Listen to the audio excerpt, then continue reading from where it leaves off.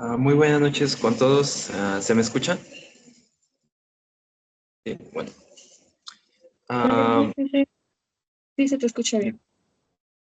Buenas noches. El día de hoy, siendo 8 de julio, estamos en una de las ponencias más del curso de cardiología. El tema a tratar va a ser síndrome coronario agudo. Estamos con la ponente, la doctora Jocelyn Elizabeth Vegaso Paredes, la cual nos va a deleitar con sus conocimientos el día de hoy. Ella ha sido médica cirujana y especialista en cardiología. Tiene una formación en la Universidad Nacional de San Agustín y en el Hospital Regional Honorio Delgado. Tiene una alta especialidad en imagen cardíaca. Actualmente es cardióloga en Salud, Clínica de San Pablo y Clínica de San Juan de Dios. Es docente de medicina en la Universidad Católica de Santa María.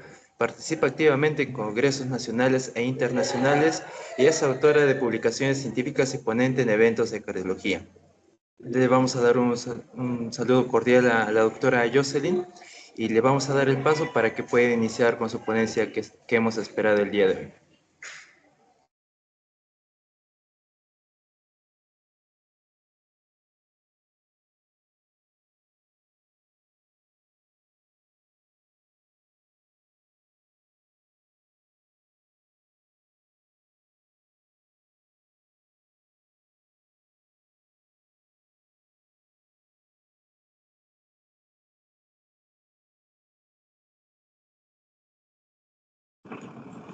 Doctora, ¿está usted allí?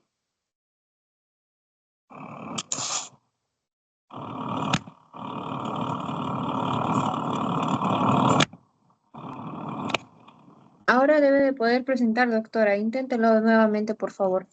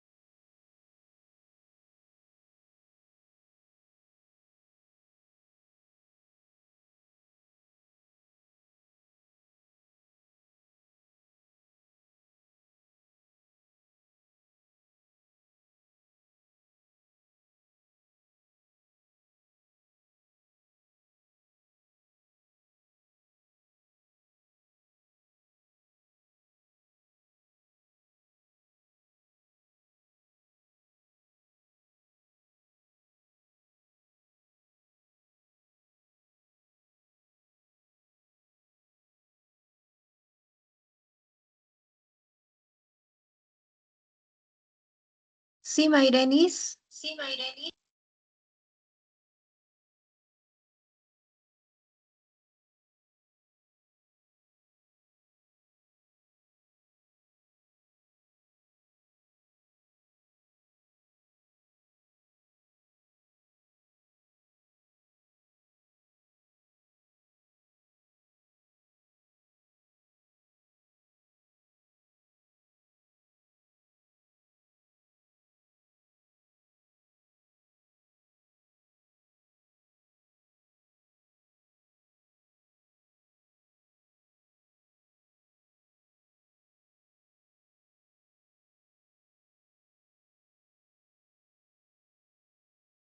Chicos, esperemos un momento, por favor. La doctora está teniendo unos inconvenientes para poder compartir pantalla. En unos momentos ya se va a volver a unir para poder presentar el tema de hoy.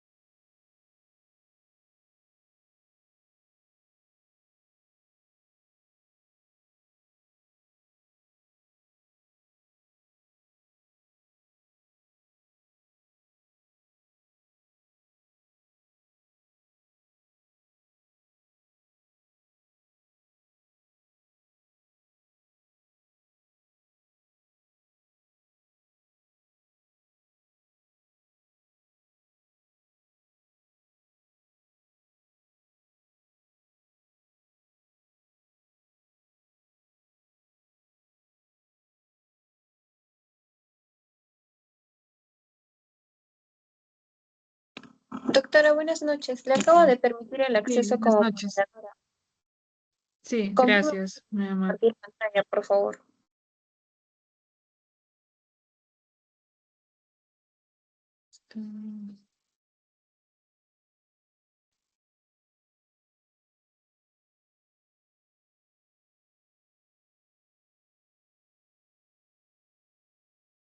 Listo, a ver, me avisan si pueden ver la imagen.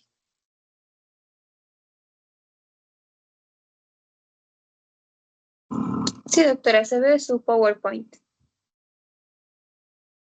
Ok, listo, muy amable.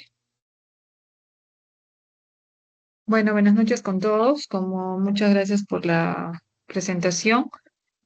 Soy médica cardióloga de Arequipa de Perú, especialista en imagen cardíaca. Trabajo actualmente en el Hospital Yanaguara en Arequipa. Vamos a hablar un tema que es muy importante. ¿Me avisas, por favor, si se escucha bien? Se le escucha muy bien, doctora. Hola. Ya, listo, muy bien. Entonces, vamos a iniciar con este tema que es muy importante, que es el síndrome coronario agudo. Es un tema muy amplio.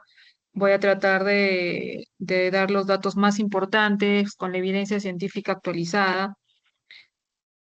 La agenda del día de hoy va a ser definir qué es el síndrome coronario agudo, la epidemiología, hablar un poquito de fisiopatología, cómo es que se presenta clínicamente esta enfermedad, el enfoque diagnóstico, ver el abordaje terapéutico y unos mensajes finales para poder llevar a casa.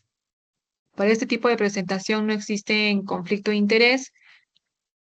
Es importante que cuando hablamos de síndrome coronario agudo hay que diferenciar tres cosas, ¿no? Lo que es la angina inestable, lo que es el infarto agudo de miocardio sin elevación del segmento ST y el infarto agudo de miocardio con elevación del segmento ST. ¿Listo? Entonces, la angina inestable va a ser aquel síndrome característico por dolor torácico sin elevación de troponinas ni alteración en el electrocardiograma. El infarto agudo de miocardio con elevación del segmento ST, como vamos a verlo posteriormente, pues va a ser una alteración electrocardiográfica y donde vamos a ver claramente un supradesnivel del segmento ST.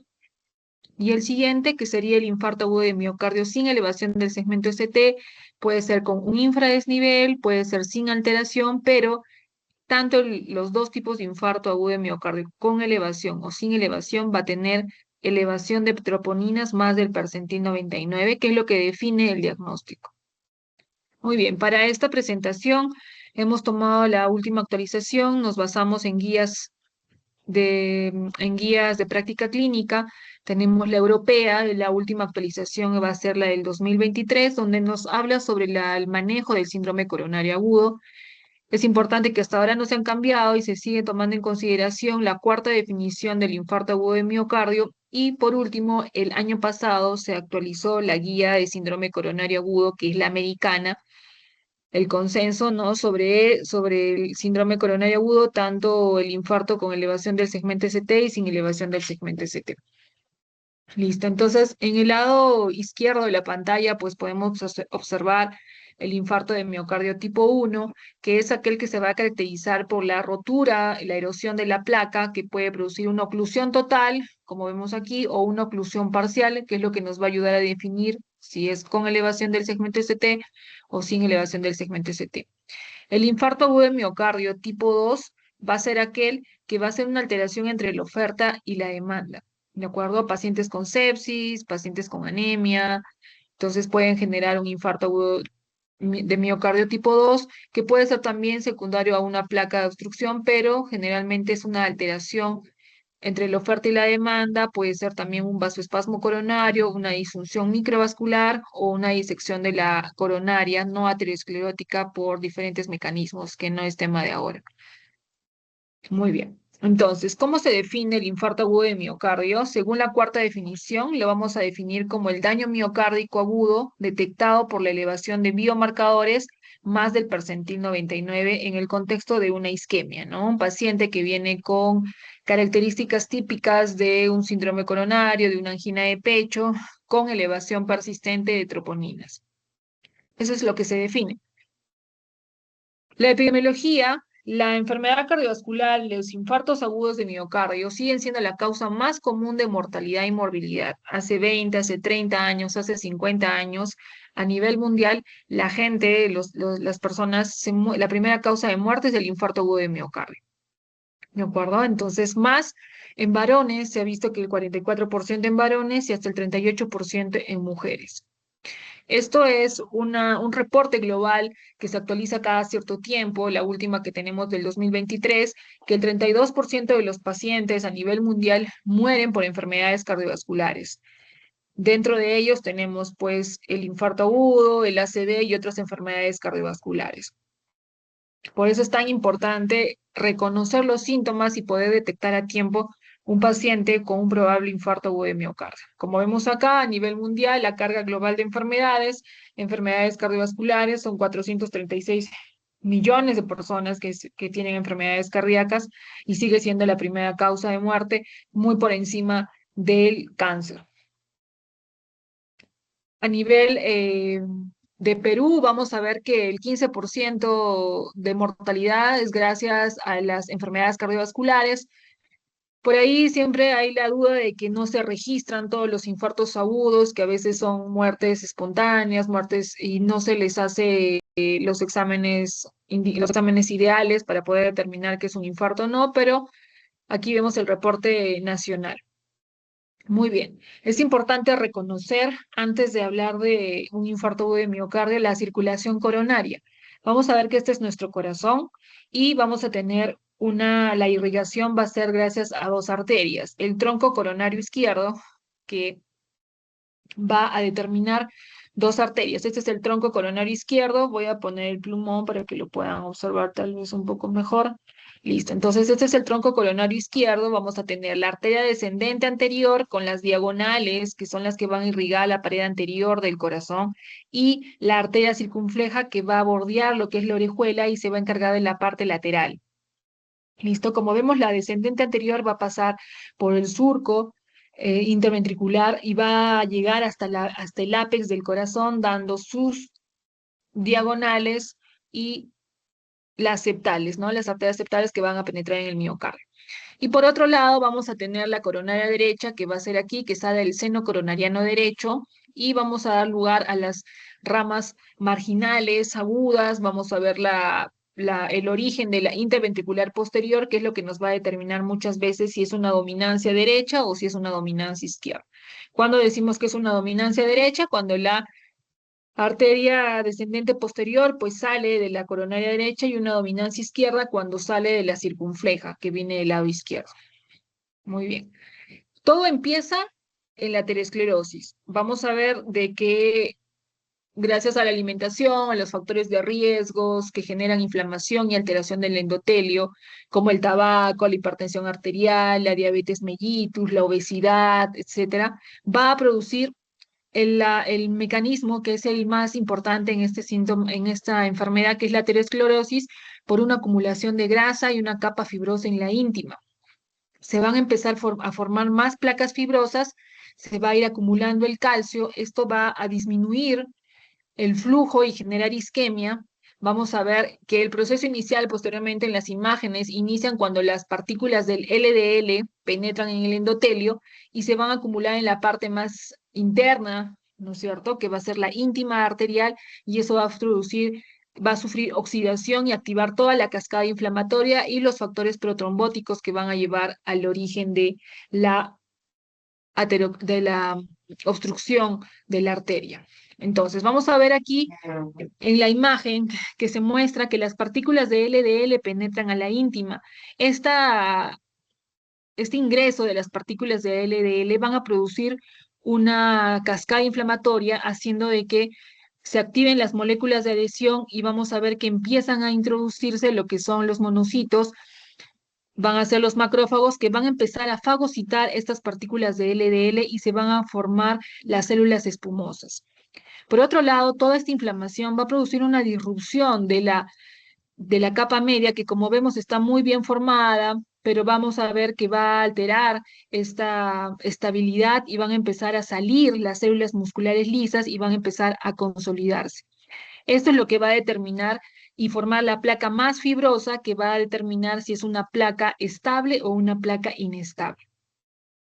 Así también vemos el ingreso pues, de las células T, va a haber la alteración totalmente del endotelio, que es este, que puede deberse pues, a la diabetes, puede deberse al tabaco, puede deberse a una hipertensión no controlada, etcétera, ¿no? Muy bien, entonces acá vemos un poquito mejor, ya un poco más de avance, cómo es que la íntima se empezó a tener la íntima empezó a tener alteración. Vamos a ver acá que todas las cascadas inflamatorias, la cascada inflamatoria se activó y vamos a ver la cantidad de células espumosas que empezaron, son los macrófagos simplemente que captaron las partículas de LDL y que se empezaron a formar. Así también va a haber una apoptosis de las células, vamos a ver más inflamación y la disrupción que, como les decía, de la capa media, todas las células musculares lisas salieron y empezaron a formar una placa más estable. Es así que se forman dos tipos de placa, ¿no? La placa estable y la placa inestable. Vamos a ver cuando hablamos de placa estable, cuando tiene un componente fibroso mucho mayor y un componente lipídico mucho menor. Por ejemplo, acá vamos a tener una ruptura de placa donde vamos a tener un gran núcleo lipídico, ¿no? Y una capa fibrosa más pequeña. Y por este lado vamos a tener una capa fibrosa mucho mayor que va a dar lugar pues, a una placa más estable. Igualmente, estas son la función de la aterosclerosis a nivel de las células. Miren todas las células proinflamatorias que se desencadenan. Vamos a ver que se activan moléculas de adhesión y al final, como lo mismo que comenté, va a depositarse en la íntima, pero se va a alterar toda esta musculatura lisa, ¿no? Que era muy ordenada, se empieza a desintegrar y a formar todo el núcleo lipídico. Vamos a ver que va a tener una parte más fibrosa y es donde se van a activar las sustancias protrombóticas y va a dar lugar pues a la formación del trombo y la oclusión de la arteria, dando lugar pues al síndrome coronario agudo. Igualmente, ¿cómo es que nosotros podemos, con el paso de la edad, ¿no? Podemos ver cómo se puede dar esta inflamación y la aterosclerosis. Pues al inicio puede ser por una dieta inadecuada que se empieza a formar una placa terematosa, que puede ser algo más subclínico, que no da muchos síntomas, pero que muchas veces en las imágenes, que es de lo que yo me encargo, podemos detectarlo en una tomografía de arterias coronarias, tal vez en una resonancia, PET, que no lo tenemos mucho a la mano, que es PET scan, pero sí tenemos a la mano una tomografía. Luego, con el paso del tiempo, esta placa no fibrosa va a empezar a aumentar de tamaño, por ahí se activaron ya toda la cascada inflamatoria que vimos anteriormente y vamos a ver que ya empieza a aumentar del tamaño y esta placa ya se vuelve más vulnerable, ¿de acuerdo? Porque no tiene tanta placa fibrosa y eso también lo podemos ver en tomografía, en métodos invasivos como el cateterismo cardíaco en pacientes que ya usualmente tienen síntomas. Muy bien. Y bueno, este ya es un mecanismo donde ya se rompió, ¿no? El núcleo lipídico, ya es un paciente que ya probablemente ha hecho un evento y ahí lo ideal es hacer cateterismo y utilizar también imagen por cateterismo. Muy bien, entonces, ¿qué nos dice la guía? Nos da esta imagen muy bonita donde nos ayuda a diferenciar el síndrome coronario agudo, que es el infarto agudo con elevación del segmento ST y sin elevación del segmento ST. Vamos a ver aquí en esta imagen el núcleo lipídico, pero también tenemos una obstrucción parcial de la luz de la arteria. No toda la arteria está obstruido. Entonces, eso es lo que nos da lugar a un infarto agudo de miocardio sin elevación del segmento ST. En el electro, vamos a ver aquí que puede haber un infradesnivel del segmento ST o puede haber una inversión de la onda T.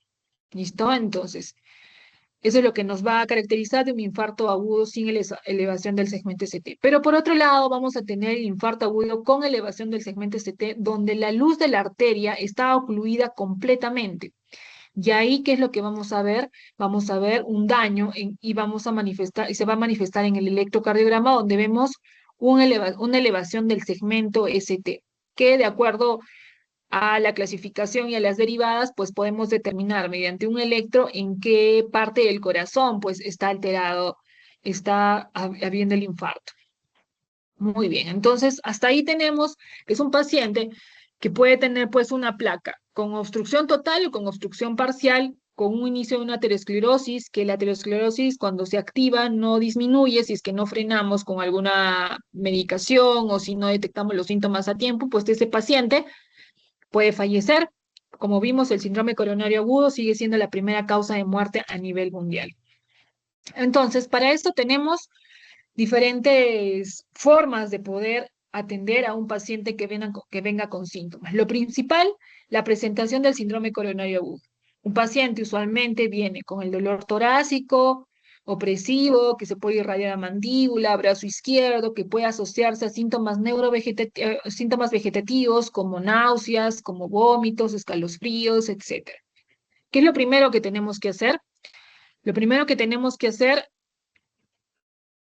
es un electrocardiograma. Como lo dice acá, la evaluación inicial del electrocardiograma tiene que ser a los 10 primeros minutos. Tenemos 10 minutos en contexto de un paciente que tiene factores de riesgo para hacerle el electro, solo 10 minutos. Obviamente exploramos físicamente el paciente para ver la estabilidad hemodinámica, ahondamos un poquito, extendemos un poquito la anamnesis, la historia clínica con la familia, si es un paciente tabaquista, si es un paciente obeso, hipertenso, diabético mal controlado, signos vitales y los niveles de troponinas que son muy importantes. Hasta ahí vamos a determinar, gracias al electro que tiene que estar tomado en los 10 primeros minutos, si es un infarto con elevación del segmento ST o, como vemos acá, la elevación del segmento ST o sin elevación del segmento ST. ¿Listo? Una vez que determinemos eso, pues vamos a ver el tratamiento. Este paciente, si es con elevación del segmento ST, tiene que irse a un lugar donde se haga cateterismo, ¿de acuerdo? Que para poder visualizar las arterias y colocar un stent si es necesario. Y si no tenemos, pues vamos a ver posteriormente cómo es el manejo que tenemos que tener.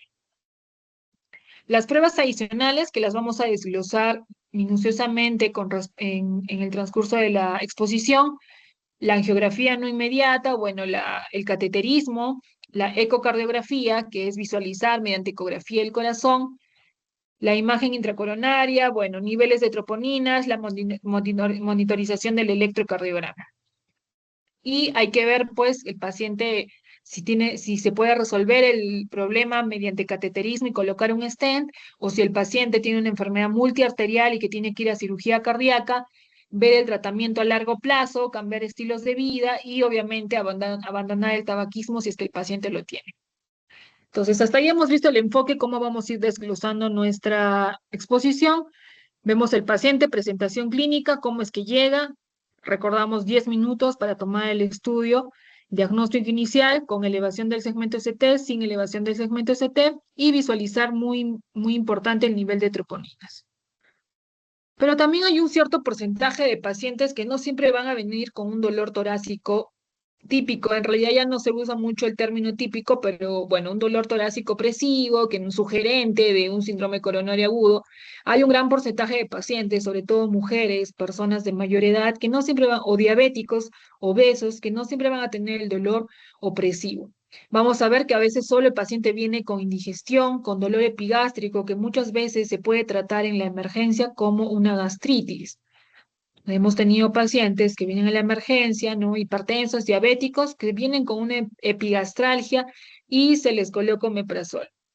Entonces, en esos pacientes hay que tener en cuenta que que no nos hace nada tomarle tal vez un electrocardiograma si tiene muchos factores de riesgo y podemos detectar un infarto. Entonces, recordar que los síndromes coronarios agudos también pueden venir con una indigestión y un dolor epigástrico, siempre y cuando pues tenga algo de fondo, tenga factores de riesgo para poder pensarlo.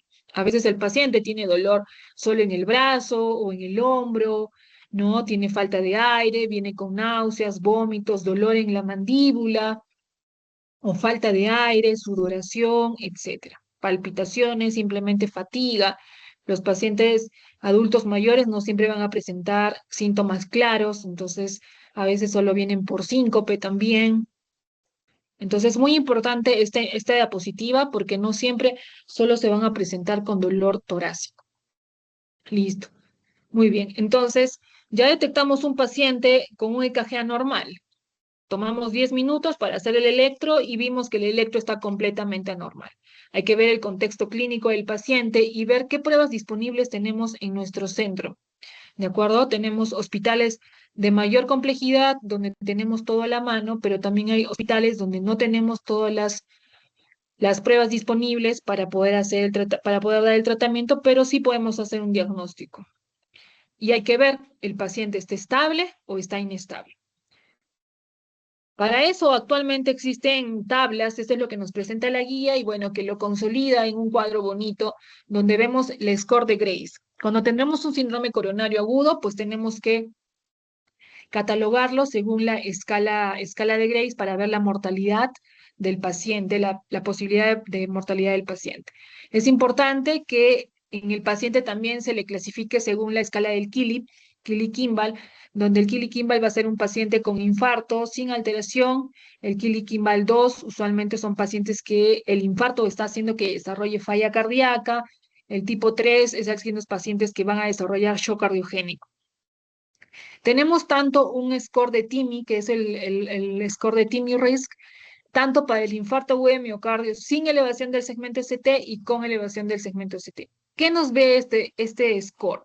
La posibilidad de muerte, ¿de acuerdo? A los 30 días, usualmente, o si el paciente es de muy alto riesgo, pues tiene que ir inmediatamente a cateterismo cardíaco. En realidad esto lo podemos encontrar en calculadoras, donde tenemos que tener algunas cosas importantes, como el valor de la troponina, como la creatinina, para poder calcular tanto el score de Grace, el TIMI-RIX, tanto para infarto con elevación del segmento ST o sin elevación del segmento ST.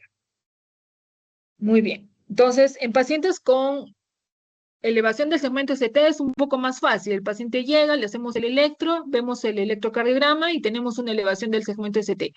No merece esperar las troponinas para hacer un diagnóstico en un paciente con factores de riesgo y que tiene un electro alterado con elevación del segmento ST. Pero en aquellos pacientes que probablemente tengan un electro normal, sí es importante valorar las troponinas porque eso nos va a ayudar a determinar si es que es un infarto sin elevación del segmento ST o solamente es una angina inestable. Muy bien, entonces el protocolo que nos muestra es tomar al paciente y si es que es negativa, pues va al rule out, que descarta un poco la enfermedad, en el caso de no elevación del segmento ST, y si está alta, pues hay que categorizar al paciente si es de muy alto riesgo o de bajo riesgo. Entonces, como les dije, si es una elevación del segmento ST, mucho más fácil, pero también hay los sin elevación del segmento ST como estos, que solo la onda T está invertida por aquí, que hay un infradesnivel por aquí, que hay unas ondas, que esto es el signo del patrón de Wellens, que son las ondas ni muy positivas ni muy negativas, que se llama isobifásicas, o que son negativas en estas derivadas, de B1 a B4. Paciente con dolor, con factores de riesgo, que venga con este electro, si bien no es con elevación del segmento ST, pues nos puede orientar a que la arteria descendente anterior se está obstruyendo del lado izquierdo. ¿Listo? Entonces, hay que hacer troponinas y si salen positivas, pues lo catalogamos con infarto agudo de miocardio sin elevación del segmento ST. ¿Para qué nos sirve el electro? Para caracterizar y determinar en qué parte del corazón se está infartando. Esta es una imagen bonita donde vamos a ver que el ABL y el D1 pues nos orienta a la parte lateral alta del corazón, la cara lateral baja, el V5, V6, el V3, V4 más la cara anterior, V1, V2 la cara septal, y bueno, creo que no se nota muy bien aquí, pero la parte inferior es el D2, D3 y ABF. Entonces, nosotros mirando dónde está la alteración del segmento ST, pues podemos orientar a qué parte del corazón se está alterando y obviamente nos puede ayudar a determinar qué arteria se está obstruyendo, la del lado derecho o del lado izquierdo. Muy bien, entonces acá tenemos un electrocardiograma. No sé si todos han tenido la posibilidad de ver un electrocardiograma, pero lo normal es que haya una onda P, como lo vemos acá, un QRS y una onda T. La onda T tiene que ser hacia arriba. ¿Y qué vemos acá?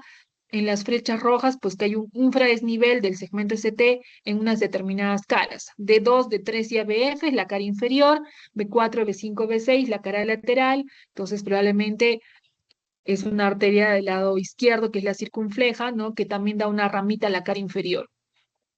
Muy bien.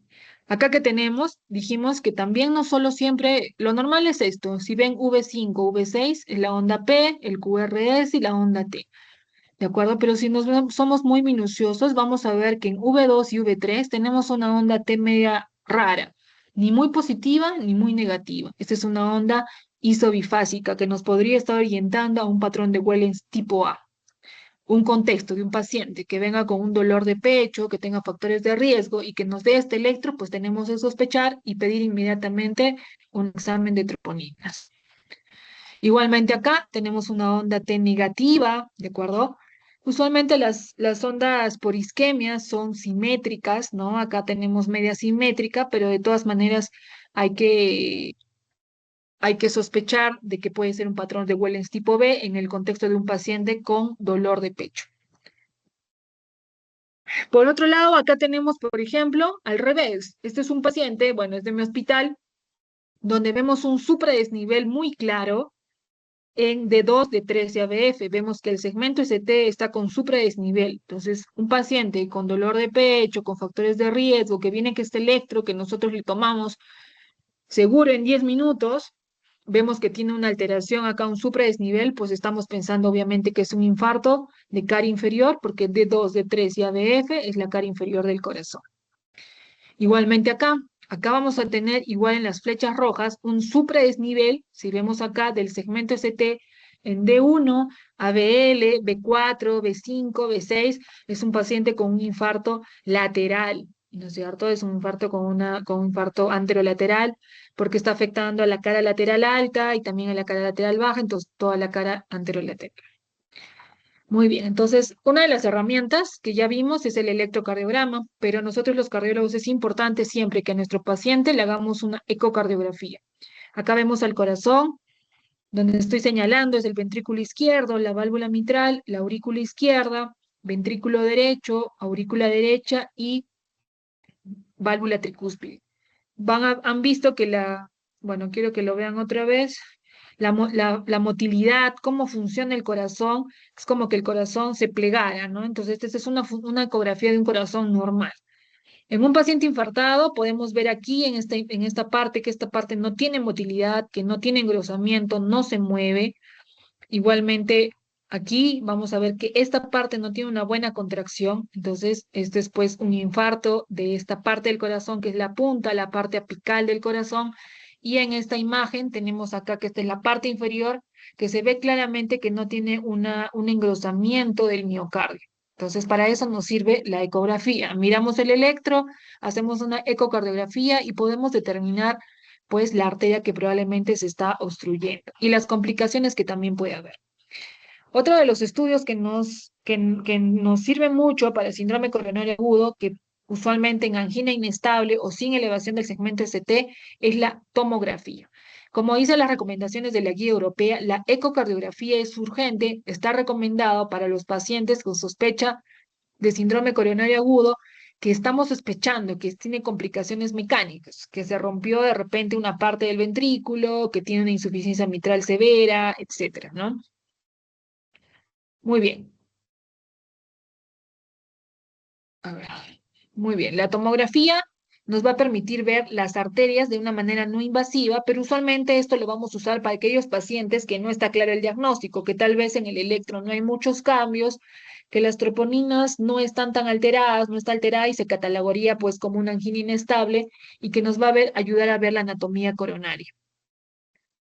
Y lo otro que tenemos que vamos a ver que es el cateterismo, que es esto, se introduce con un catéter por la arteria radial o por la arteria femoral, se pone contraste y con unos catéteres especiales pues podemos pintar la circulación, la anatomía coronaria. Vamos a ver acá la arteria descendente anterior, la arteria circunfleja, y este es un cateterismo normal porque todo el contraste pasa hasta la parte terminal, que es la parte apical, ¿no? Del corazón, vemos ahí las ramitas y todo pasa. Muy bien, pero cuando hay una estrechez, cuando hacemos el cateterismo, vamos a ver que acá hay una obstrucción, como lo señala la imagen, hay una obstrucción, probablemente es una placa de grasa blanda que está generando el infarto, que no está dejando que pase la sangre. Igualmente, este es el cateterismo, que es una de las otras herramientas que tenemos, donde vamos a ver acá una déficit de pase de contraste que nos puede orientar que pues puede ser un coagulito, ¿no? Aquí se mira claramente como un sacabocado, que probablemente es una placa de grasa y que está generando pues el infarto. Este es un paciente también de nuestro hospital, donde viene con un supradesnivel en cara inferior. Esta es la arteria coronaria derecha, y vemos claramente que hay un déficit de pase de contraste, que luego de hacer el diagnóstico, pues lo mandamos a cateterismo, se le coloca un stent, que es como una mallita, y que nuevamente permeabiliza la arteria, y pues el paciente tiene una recuperación más rápida. ¿Qué pasa si no revascularizamos, si no abrimos esta arteria o no damos algún tratamiento? Pues hay parte del corazón que no le va a llegar sangre, y el tiempo es miocardio. ¿Qué quiere decir? Que mientras más nos demoremos en hacer el diagnóstico, ese miocardio va a recibir menos irrigación por las coronarias y puede llegar a la necrosis, o sea, la muerte. Enfoque terapéutico. En estos pacientes, pues ya sea un síndrome coronario agudo con elevación del segmento ST o sin elevación del segmento ST, hay que reconocer al paciente y empezar con el tratamiento de inmediato, que es aspirina, 300 miligramos, vía oral stat, y clopidogrel, 300 miligramos también. La aspirina viene de 100, entonces le tendríamos que dar 300 miligramos de aspirina, y el clopidogrel viene de 75, tendríamos que darle cuatro tabletas de clopidogrel, que haría la suma de 300 miligramos. Luego de eso tenemos que darle una carga de estatinas. Usualmente utilizamos atorvastatina de 80 miligramos, y la anticoagulación con enoxaparina o heparina no fraccionada. Listo. Asimismo, tenemos que reconocer, hay diferentes estudios que usualmente comparando los inhibidores P2Y12 como el clopidogrel, el prasugrel, el ticagrelor, hay estudios, uno de los estudios donde el ticagrelor es superior al clopidogrel en el estudio Plato, se vio que la mortalidad era mucho menor con el ticagrelor, pero producía más disnea. Y respecto al prasugrel, que también es un inhibidor P2Y12, es superior al ticagrelor. Entonces, si estamos en un centro donde tenemos clopidogrel, prasugrel, ticagrelor, pues la recomendación, gracias a los estudios, ensayos aleatorizados, multicéntricos, pues obviamente el prasugrel es mejor. ¿Listo? Y si tenemos ticagrelor con clopidogrel, el ticagrelor es mejor. Y si tenemos solo clopidogrel, usamos clopidogrel. ¿Listo? Las dosis de carga, tanto para el clopidogrel como para el ticagrelor, van a ser diferentes. Muy bien. Entonces, hasta ahí tenemos el enfoque rápido, el enfoque eh, inmediato. Lo otro también es ver la saturación de oxígeno. Se recomienda, si el paciente tiene una saturación de oxígeno menos de 90, pues podemos darle suplemento con oxígeno por cálculo binasal, etcétera, ¿no? Pero no se recomienda inicialmente dar, porque no hay evidencia científica de que mejore el paciente o disminuye la mortalidad si el paciente tiene más del 90%. O sea que si tiene 92%, no tenemos que ponerle oxígeno. Luego se considera también la administración intravenosa de opiáceos para el dolor. Podemos utilizar morfina. Es importante recalcar que no se deben utilizar AINES en el contexto de un infarto agudo de miocardio, porque el infarto agudo de miocardio es un proceso inflamatorio. Si nosotros damos AINES, ¿no?, antiinflamatorios, podemos extender ese campo de inflamación y producir más daño al corazón. Si el paciente está con mucha ansiedad, sí podríamos utilizar ansiolíticos para ayudarle. Es importante reconocer este tratamiento analgésico. En algunos países tienen nitroglicerina sublingual, ¿no? Nosotros tenemos isosorbide sublingual, que es un nitrato. Si el paciente, estamos pensando que es un infarto del lado izquierdo, de la arteria del lado izquierdo, y está hipertenso, pues uno de los medicamentos que debemos utilizar va a ser la nitroglicerina endovenosa, que nos ayuda a bajar el dolor porque es un nitrato. Podemos utilizar un poco de morfina endovenosa, podemos utilizar un poco de fentanil.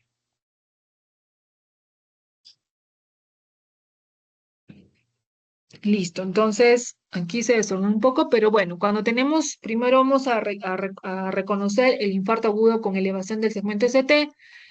Le dimos toda la carga isquémica, que es la aspirina, el clopidogrel, le dimos para el dolor, etcétera. Si reconocemos que es un infarto con elevación del segmento ST, pues tenemos que si estamos en el hospital, si el paciente llega al hospital, tenemos solo 120 minutos. Si dentro de esos 120 minutos el paciente puede llegar a un hospital donde le pueden hacer cateterismo, que es el PCI, ¿no? Entonces lo derivamos al centro de PCI y ahí le tienen que hacer el cateterismo y colocar el stent. Eso es lo ideal para un paciente con elevación del segmento ST.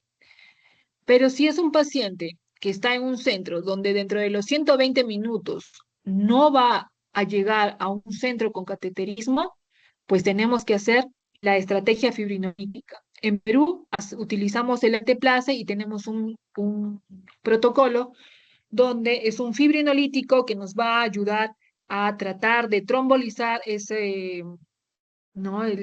Valga la redundancia, el trombo que está ocluyendo la arteria y nos puede ayudar a mejorar la perfusión coronaria. Puede ser que funcione en algunos casos o no, y después de ello, lo ideal es que el paciente pueda ir dentro de las 24 horas a cateterismo. Entonces, ¿qué pasa? Llega el paciente con infarto, tomamos el electrocardiograma, el electro es con elevación del segmento ST, nos dicen que no nos pueden recibir al paciente dentro de las primeras 2 horas, lo que hacemos es una estrategia con alteplase. El protocolo es el primer frasco, se pone un bolo del alteplase, luego completamos media hora, y luego completamos el siguiente frasco en 1 hora. El frasco viene de 50 mililitros, entonces el bolo se utiliza 15 mililitros al inicio, utilizamos otro frasco, 50 mililitros, lo pasamos en media hora y el restante lo pasamos en 1 hora. Luego de que hagamos la fibrinolisis, pues lo ideal es que este paciente vaya después a un centro de cateterismo para poder abrir esa arteria con un stent. Muy bien, pero si el infarto es sin elevación del segmento ST, lo primero que hay que ver es el riesgo. Si es un riesgo muy alto, el paciente está inestable hemodinámicamente, dijimos que sin elevación del segmento ST es que obviamente en el electro no va a haber esa alteración, puede haber un infradesnivel, pero tenemos inestabilidad, este paciente debería ir a cateterismo de manera urgente. Pero si el paciente no es un riesgo muy alto, si no solo es un riesgo alto con una puntuación de Grace, como ya comentamos, hay que calcularlo, una elevación transitoria del segmento ST, cambios dinámicos, este paciente debería ir al cateterismo dentro de las 24 horas o dentro de la hospitalización. ¿Listo? No debería ir dentro de las 2 primeras horas como el paciente con infarto con elevación del segmento ST. Y ya si es un paciente sin riesgo alto, que no tiene muchas complicaciones, pero es un infarto sin elevación del segmento ST, pues damos todo el tratamiento, pero hay que ver si ese paciente pues selectivamente puede ir a una estrategia invasiva. O puede ir también a una estrategia invasiva durante la hospitalización, se estabiliza un poco y podemos enviarlo para cateterismo diagnóstico. Igualmente, este es el algoritmo europeo, el anterior, y este es el algoritmo americano, donde dice que siempre hay que diagnosticar y hacer el electro dentro de los primeros 10 minutos y que tiene que ir a la estrategia invasiva, que es el cateterismo dentro de los 120 minutos. Hay algunas contraindicaciones en aquellos pacientes que no tienen un pronóstico favorable, que están con mucha inestabilidad hemodinámica, ¿no? Entonces, es un paciente difícil de poder transportar a un centro que tiene cateterismo porque puede tener un paro o puede tener un shock cardiogénico en el transcurso y fallecer, entonces en el transcurso de la movilización. Muy bien, igualmente, esta es lo que nos da la guía americana en aquellos pacientes que tienen sin elevación del segmento ST, valorar siempre el riesgo, de acuerdo, si es un alto riesgo, inmediatamente tiene que ir a cateterismo, y ahí vamos a ver un poco mejor la anatomía coronaria, ¿no? Si solo hay una arteria que está obstruida, pues colocamos el stent y se abrió la arteria, pero si tiene varias arterias obstruidas, este paciente se tiene que beneficiar del CABG, que es la cirugía cardíaca. Muy bien, entonces aquí tenemos un ejemplo de nuestro paciente, que es un paciente de 72 años, hipertenso, que fumaba 10 cigarros por día, obeso, ingresa al hospital con un dolor torácico 9 de 10, y lo que vamos a ver aquí es un supradesnivel de cara inferior. ¿Listo? Le hacemos el cateterismo, vamos a ver que cara inferior es la parte D2 de 3 ABF, es la cara inferior, sería la arteria coronaria derecha, ¿no es cierto? Entonces, mandamos a cateterismo a nuestro paciente y vemos acá la placa blanda, ¿no? La placa de grasa, en la arteria coronaria derecha, ingresa cateterismo, le ponemos un stent y el paciente se recupera favorablemente.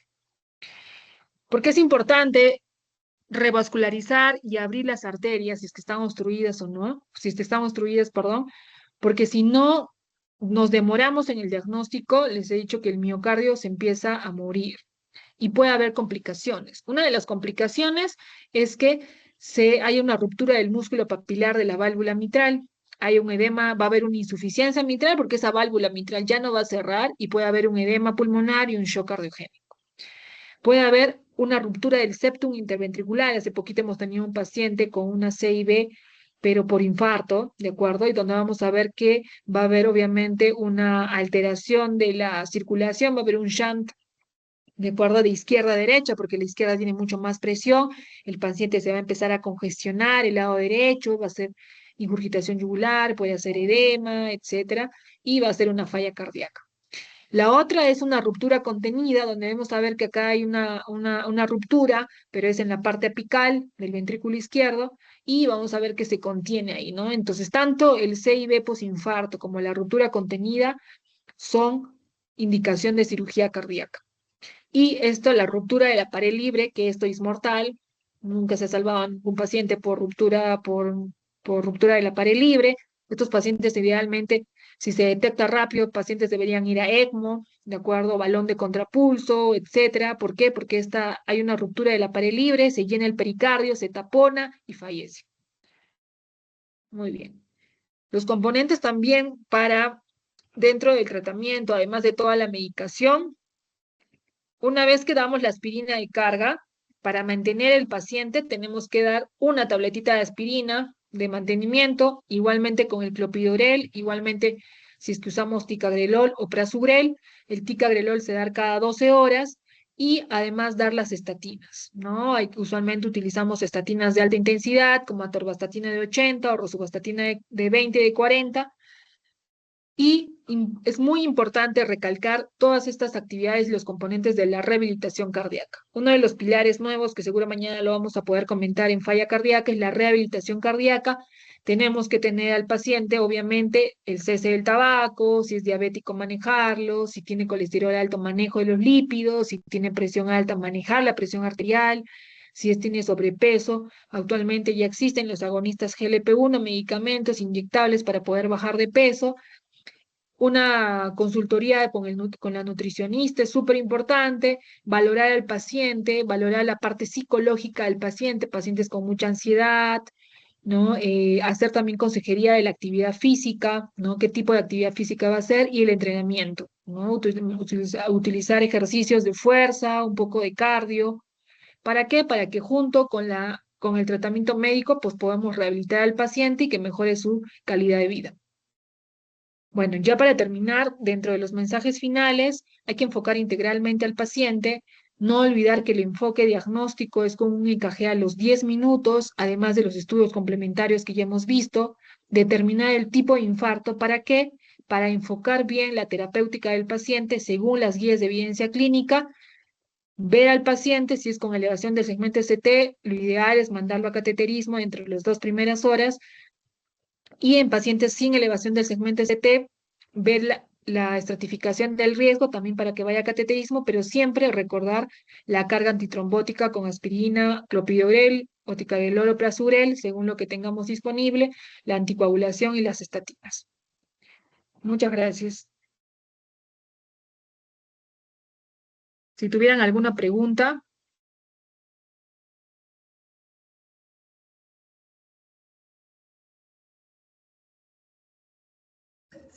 Muchas Hola. gracias, doctora Jocelyn, por la ponencia. Ahora vamos a esperar a algunas personas que quieran levantar su mano para habilitarles el audio y puedan hacer su respectiva pregunta. Ok.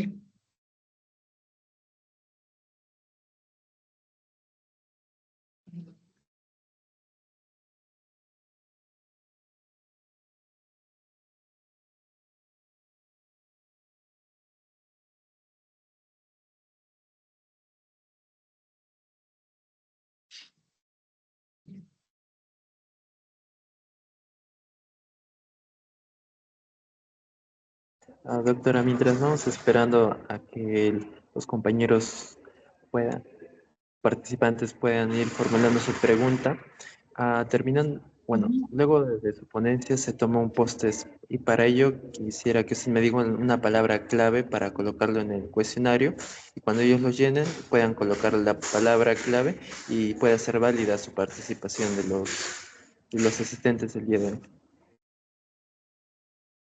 Ok, una palabra clave. Sí,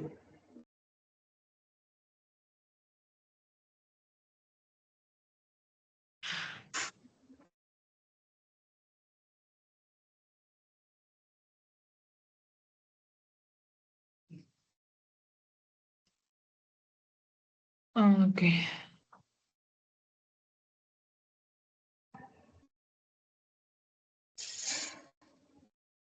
Ah, preguntan repetir la dosis de mantenimiento, ¿no? Infarto, la palabra clave sería infarto, ¿no?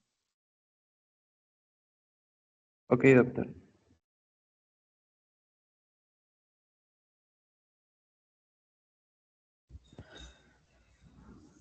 Buenas, saludos.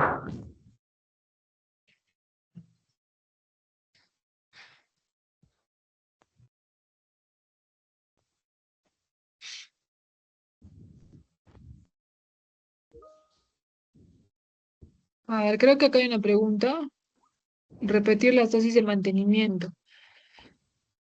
Pacientes que se les ha colocado estén o que tengan o que hayan hecho un infarto de miocardio, pues hay que mantener con aspirina 100 miligramos cada 24 horas, un inhibidor P2Y12 que incluye clopidogrel, ticagrelor o prasugrel cada 24 horas, una estatina de alta intensidad con monitorización cada 2 meses para ver si es que el LDL ha bajado. Usualmente un paciente que tiene infarto tiene que tener un LDL menos de 55 y hay protocolos también para eso.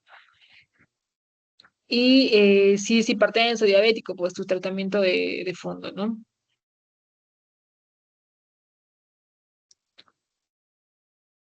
No leo la otra. A ver, ¿dónde leo el chat?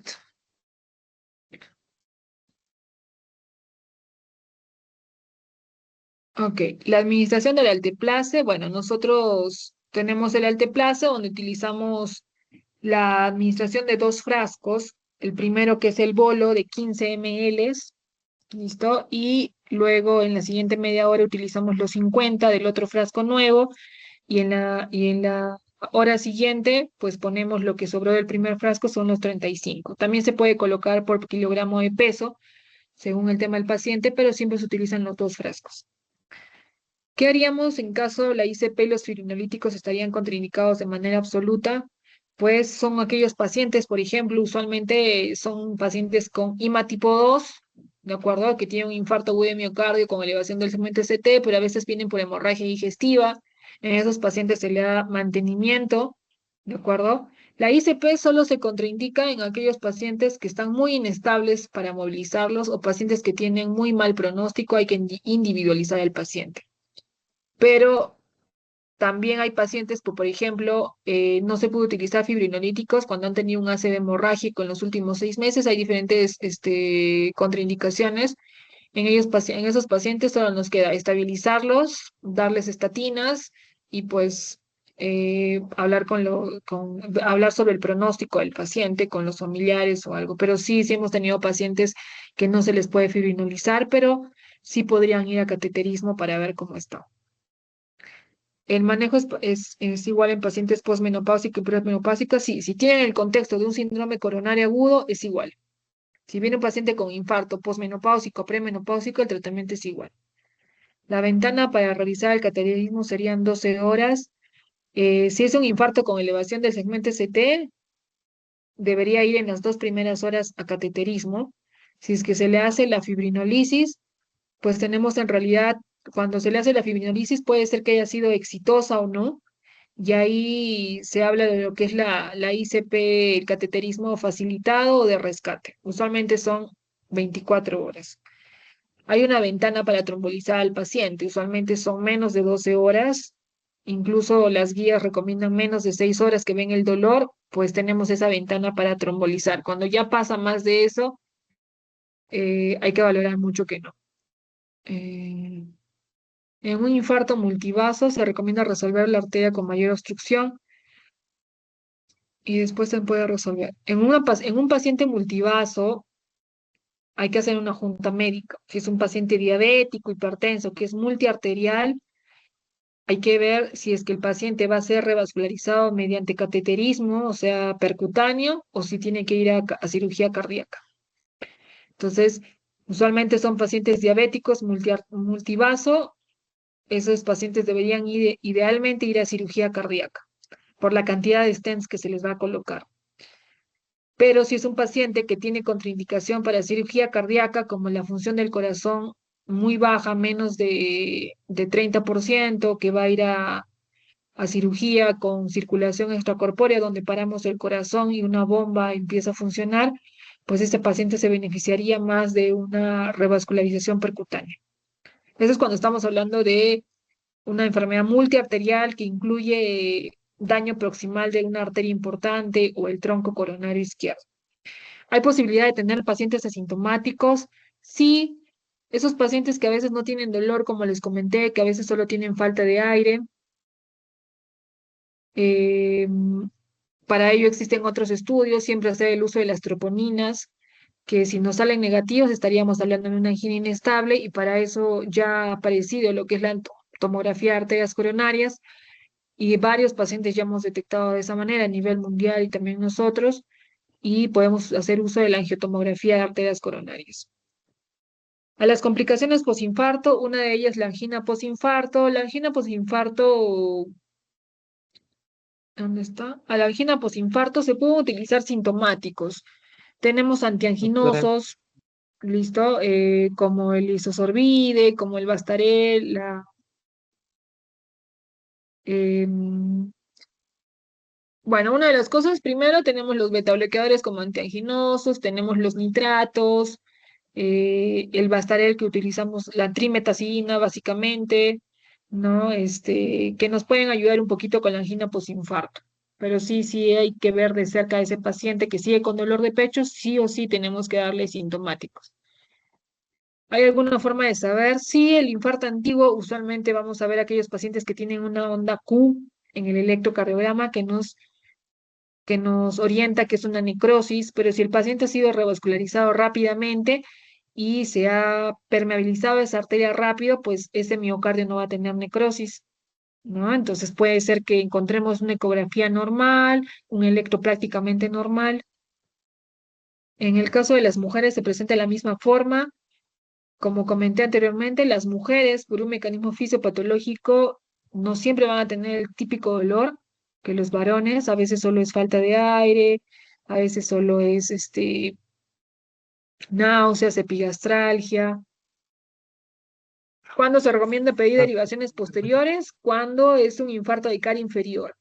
¿Listo? ¿Por qué? Porque la coronaria derecha hemos visto que va a tener una ramita, que es la descendente posterior. Entonces, en esos pacientes hay que tomarles derivadas derechas y derivadas posteriores. En el Doctora, Serum, yo tengo frente a una clínica. una Sí, mano dime. levantada. Hay una mano Sí, levantada que desea hacer una pregunta. Le voy a habilitar el micro ahora mismo. Jorge Luis, te voy sí. a habilitar el micro. ¿Puedes habilitar tu micro para poder hacer tu pregunta? Saludos, buenas noches. Buenas noches. Doctor, excelente ponencia, muchísimas gracias por la información. Tengo varias preguntitas puntuales. La primera de Sí, ellas, claro. en aquellos pacientes que vamos a hacer fibrinolisis, usted hablaba de alteplasa, tenecteplasa. Nosotros pues acá en Ujú. Venezuela manejamos mucho lo que es la estreptoquinasa. Me gustaría que me diera alguna indicación sobre ella y el uso que se le debería dar y algunas contraindicaciones. Lo otro, aquellos pacientes que son alérgicos a la aspirina, ¿cuál sería la alternativa en estos pacientes? Y por último, ¿qué hay de aquellos pacientes con infarto de cara inferior? ¿Se le puede dar o no fibrinolisis teniendo en cuenta que es una cara muy pequeña? Muchísimas gracias. Ok. Bueno, con respecto a la primera pregunta, el uso de la streptoquinasa, bueno, la guía nos da el protocolo, nosotros en Perú no utilizamos streptoquinasa, pero usualmente la dosis recomendada es 1,5 millones de unidades intravenosos, usualmente se pasa en más tiempo, más o menos en 60 minutos, ¿no? Entonces, en estos pacientes, como indiqué, para cualquier fibrinolítico, la ventana es 12 horas. Ok. Contraindicaciones para todos, como siempre, los ACVs hemorrágicos, ver a un paciente que ya está fuera de ventana, por ejemplo, que ya ha pasado más de 12 horas de dolor torácico, ¿no? ¿Qué más? Que tengan alguna malformación documentada. En realidad puede ser el ACV isquémico o el ACV hemorrágico en los últimos 3 meses. Siempre que, muy importante la clínica, porque a veces hay pacientes con disección aórtica, tampoco se puede fibrinolizar. Pacientes que han tenido una cirugía, digamos, craneal reciente, tampoco podríamos fibrinolizar ni con estreptoquinasa ni con alteplase. Básicamente ese. Con respecto al infarto de cara inferior, si en tu centro es un infarto de cara inferior que viene con ventana terapéutica para poderlo fibrinolizar, pues se tiene que fibrinolizar, ¿de acuerdo? Porque si tiene menos de 12 horas que viene con el olor típico, hay que fibrinolizar y idealmente hay que tratar de que ese paciente vaya a cateterismo. No importa la cara pequeña, puede ser una coronaria derecha muy extensa, muy robusta, que puede dar la dominancia derecha y no solo se encarga de la parte inferior, sino que también da ramas posterolaterales y que pueden irrigar la cara posterolateral del corazón. Entonces, no sé, sí se tiene que trombolizar y después mandar a cateterismo. Y hay una pregunta importante que hicieron en el chat. Todo paciente sí con infarto de cara inferior, o sea, con supradesnivel de cara inferior, hay que tomarle derivadas derechas y derivadas posteriores. ¿Por qué? Porque es un infarto, si es un infarto de ventrículo derecho, que en realidad es un tema muy bonito y que sería otra exposición, el manejo es un poco diferente. ¿Listo?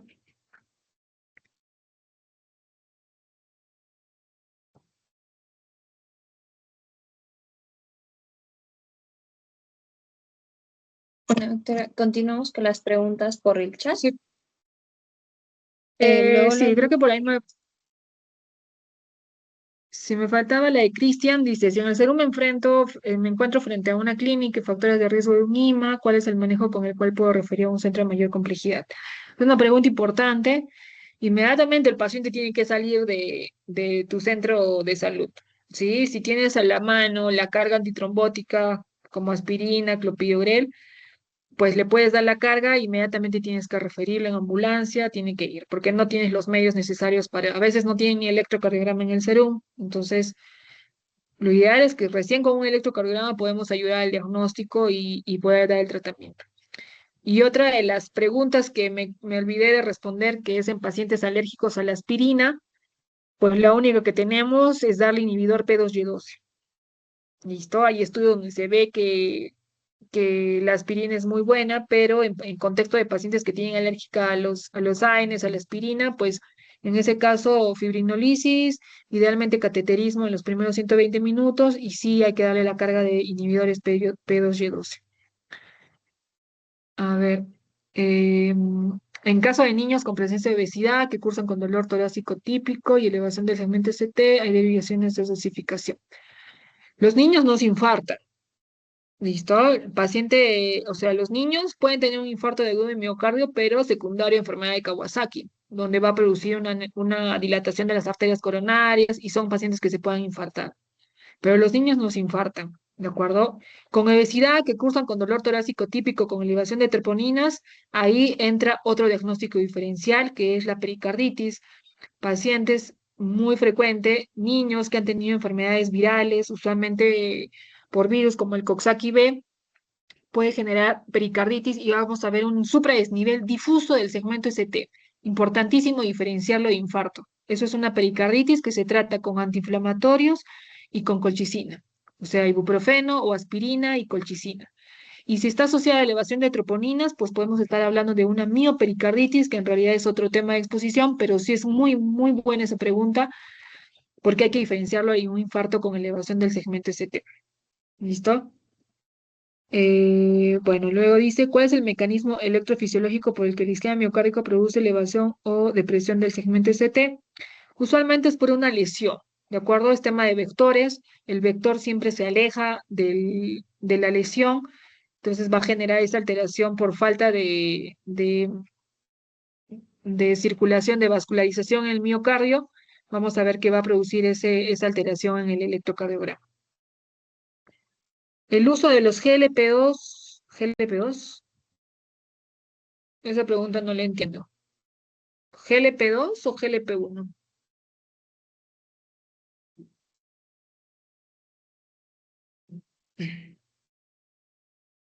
La palabra clave es infarto, el Lisnaire.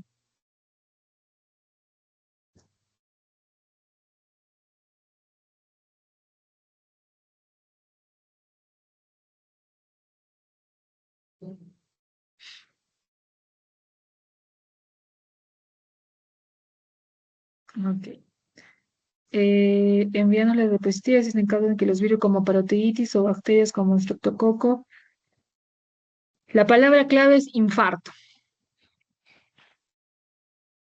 A Doctora, ver, buenas las noches. diapositivas.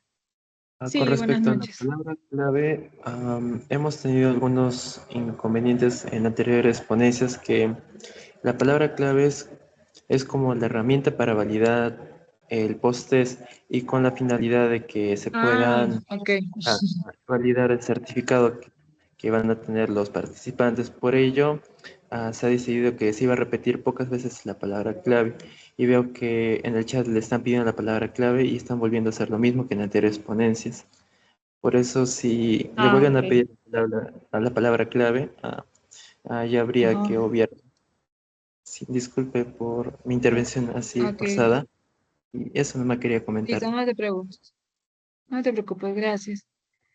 A ver, ya, los ISGLT2, eh, no hay una evidencia clara porque hay un estudio donde se utilizó el infarto, empaglifosina, el infarto agudo de miocardio, pero no se vio diferencia en la mortalidad, pero sí en el contexto de pacientes con falla cardíaca aguda. Tenemos el EMPULSE con empaglifosina que se utilizó en falla cardíaca aguda, usualmente secundaria infarto agudo de miocardio, que sí tiene un beneficio en la mortalidad. Entonces, pero sin insuficiencia cardíaca, pues no hay una evidencia demostrada en mejorar la mortalidad en pacientes con infarto agudo de miocardio. Eso es con respecto al ISGLT2. Mañana vamos a hablar mucho de eso, es empaglifosina, dapaglifosina. A ver, Nilsson nos pregunta el uso de la enoxaparina, ¿cuál es la dosis terapéutica? Cuando vamos a hacer la fibrinolisis, pues hacemos una dosis de carga que se da usualmente endovenosa de 0,3 miligramos por kilo endovenoso y procedemos a hacer la fibrinolisis, pero la dosis de mantenimiento usualmente es 1 miligramo por kilo cada 12 horas, o podemos utilizar también heparina no fraccionada. En pacientes mayores hay que valorar la función renal.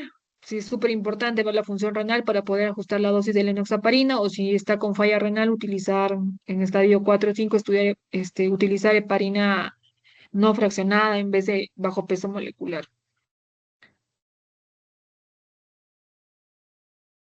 Ok. Mm,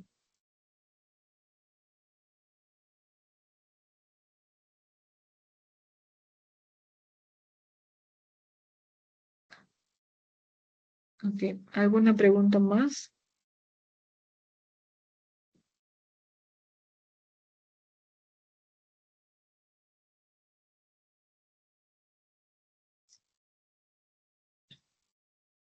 Un momento, doctora. Están levantando la mano. Le voy a habilitar el micro para que pueda hacer la pregunta. Víctor, te estoy habilitando el micro para que puedas hacer tu pregunta.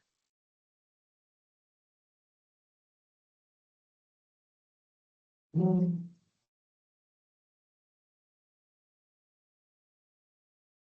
Me parece que se confundió, doctora. Disculpe. Continuemos con las Ok. preguntas por el chat. Marco Antonio le Ah, pregunta cómo diferenciar clínicamente un infarto agudo de miocardio de una pericarditis aguda. Ok, bueno, la clínica es importante. Usualmente la pericarditis aguda adoptan la posición maometana. Usualmente el dolor de pecho aumenta al estar en decúbito dorsal y mejora al sentarse.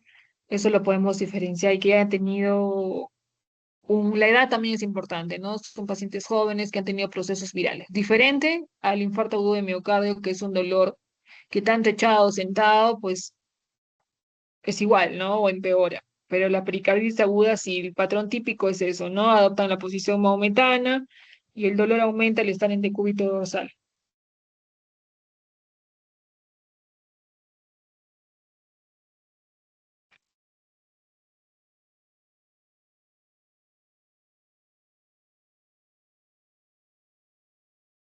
Tenemos otra pregunta de Isabel Gabriela Sarsurihuanca. Nos pregunta si existen casos en los que los virus como la parotiditis y las bacterias como Streptococcus pyogenes se asocian al síndrome coronario agudo, eh, sino que patógenos se asocian o produciría síndrome coronario agudo.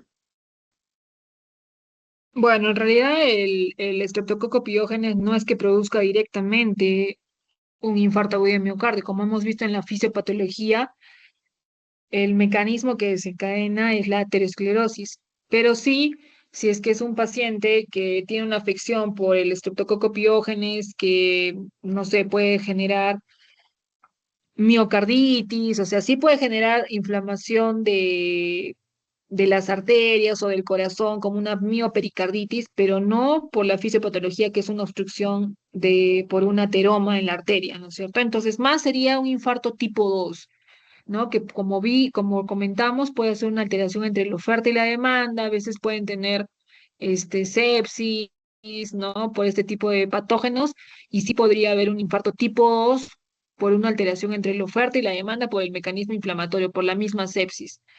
Pero un infarto tipo 1, que es lo que quisimos presentar en esta exposición, que es por una placa ateromatosa, fisiopatológicamente desencadenada por una aterosclerosis, una progresión de aterosclerosis, pues por ahí no va. Entonces, no se asocia típicamente la parotiditis tampoco, pero sí puede producir pericarditis, miopericarditis, que puede simular un infarto, pero que no es un infarto como tal, porque el tratamiento no es igual. Doctora, tenemos una manito levantada. Gabriela Ramírez, te voy a habilitar el micro para que puedas hacer tu respectiva pregunta. Muy buenas noches. Mi pregunta es más que todo un caso clínico que tengo. Yo estoy en Estados Unidos, que tengo en mi clínica. Yo soy estudiante, trabajo con doctores. Es una paciente que tuvo un infarto hace un año, pero presenta ahora aneurisma en la carótida. Su tratamiento es aspirina 325 diario, clopidogrel de 75 y obviamente sus medicamentos para la presión. Nosotros ahora nos encontramos un poco estancados con el caso y lo enviamos a un cirujano cardiovascular. Quisiera saber su opinión sobre este caso y cómo recomendaría usted el tratamiento para el paciente. Muchas gracias. Ok, tiene un aneurisma en la carótida. ¿Le hicieron cateterismo de arterias coronarias? Aún no, por eso que lo referimos. Ok, en realidad es más, pero no ha llegado a ser infarto, ¿verdad? Hace un año Solo el y aneurisma. luego, sí, hace un Ah, ok. año hizo el infarto y ahora le realizamos un CT y salió ese aneurisma en la carótida. Ok. Bueno, en realidad habría que tener un nuevo cateterismo para ver el stent si está bien o no. Con respecto al tratamiento es eso, pero respecto al aneurisma de carótida, evidentemente se tiene que enviar al cirujano cardiovascular porque tienen que valorar el riesgo de ruptura.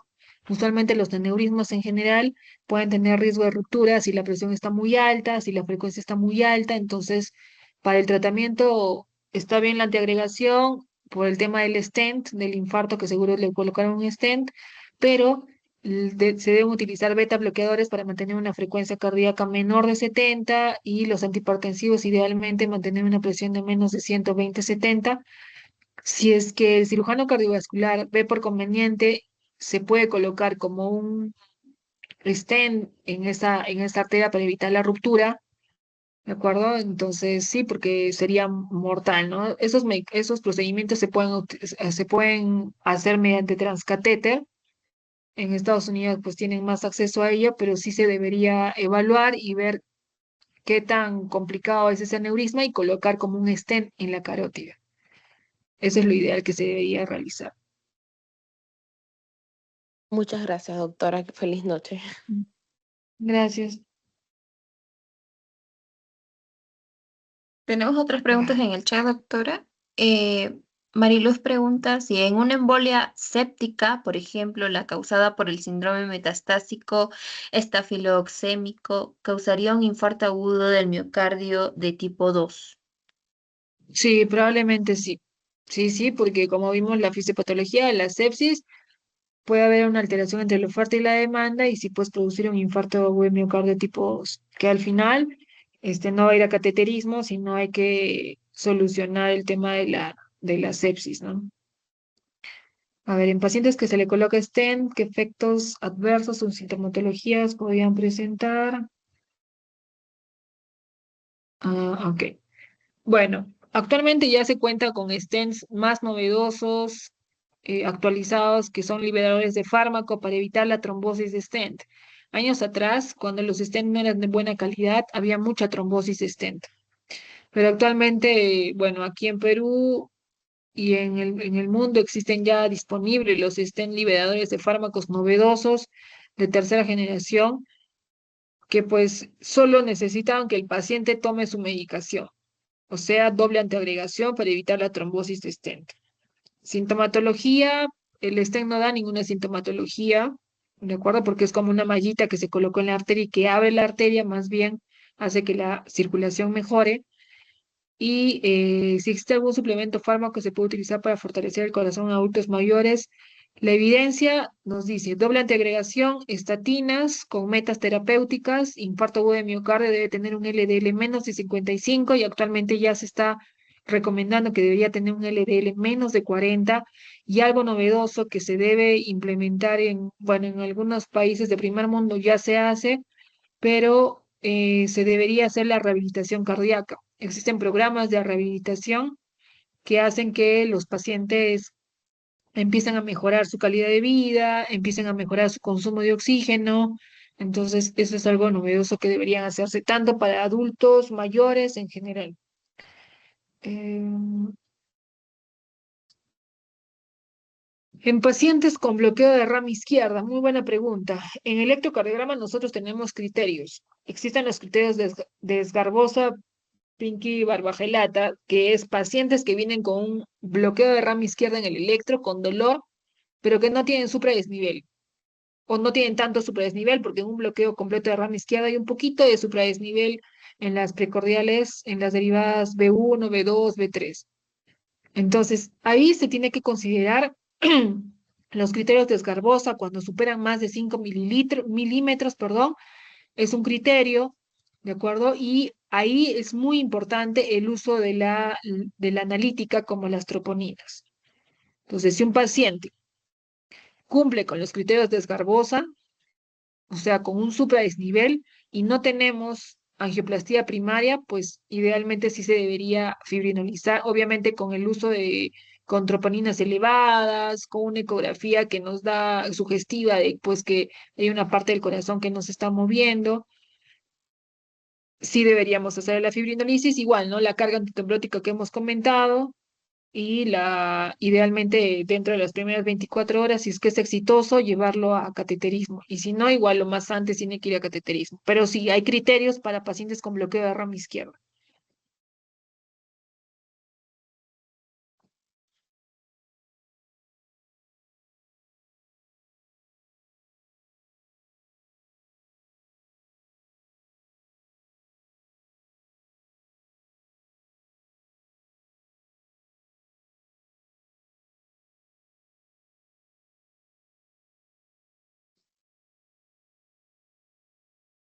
¿Alguna pregunta más?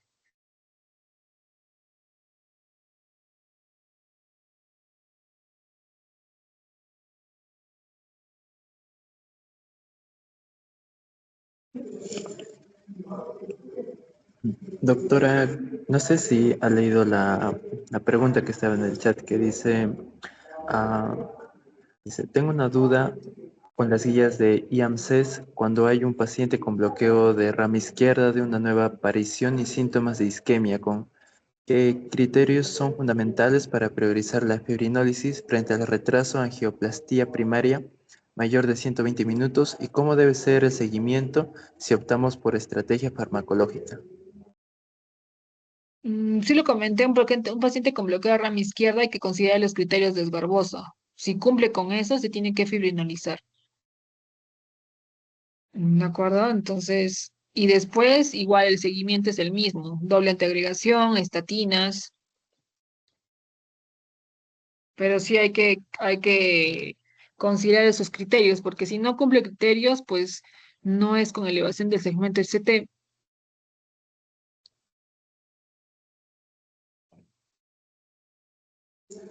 Muchas gracias, doctora, por la ponencia del día de hoy. Agradecemos también a los participantes por sus preguntas y por haberse animado a resolver sus dudas con, con la doctora.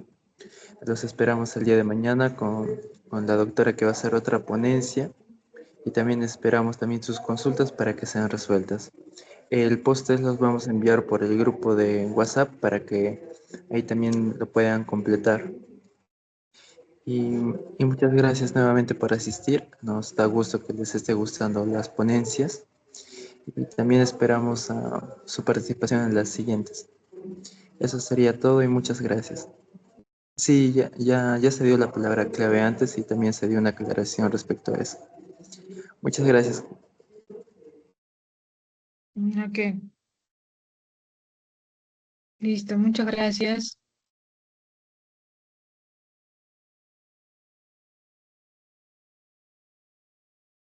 Ay, no, ¿qué estoy haciendo?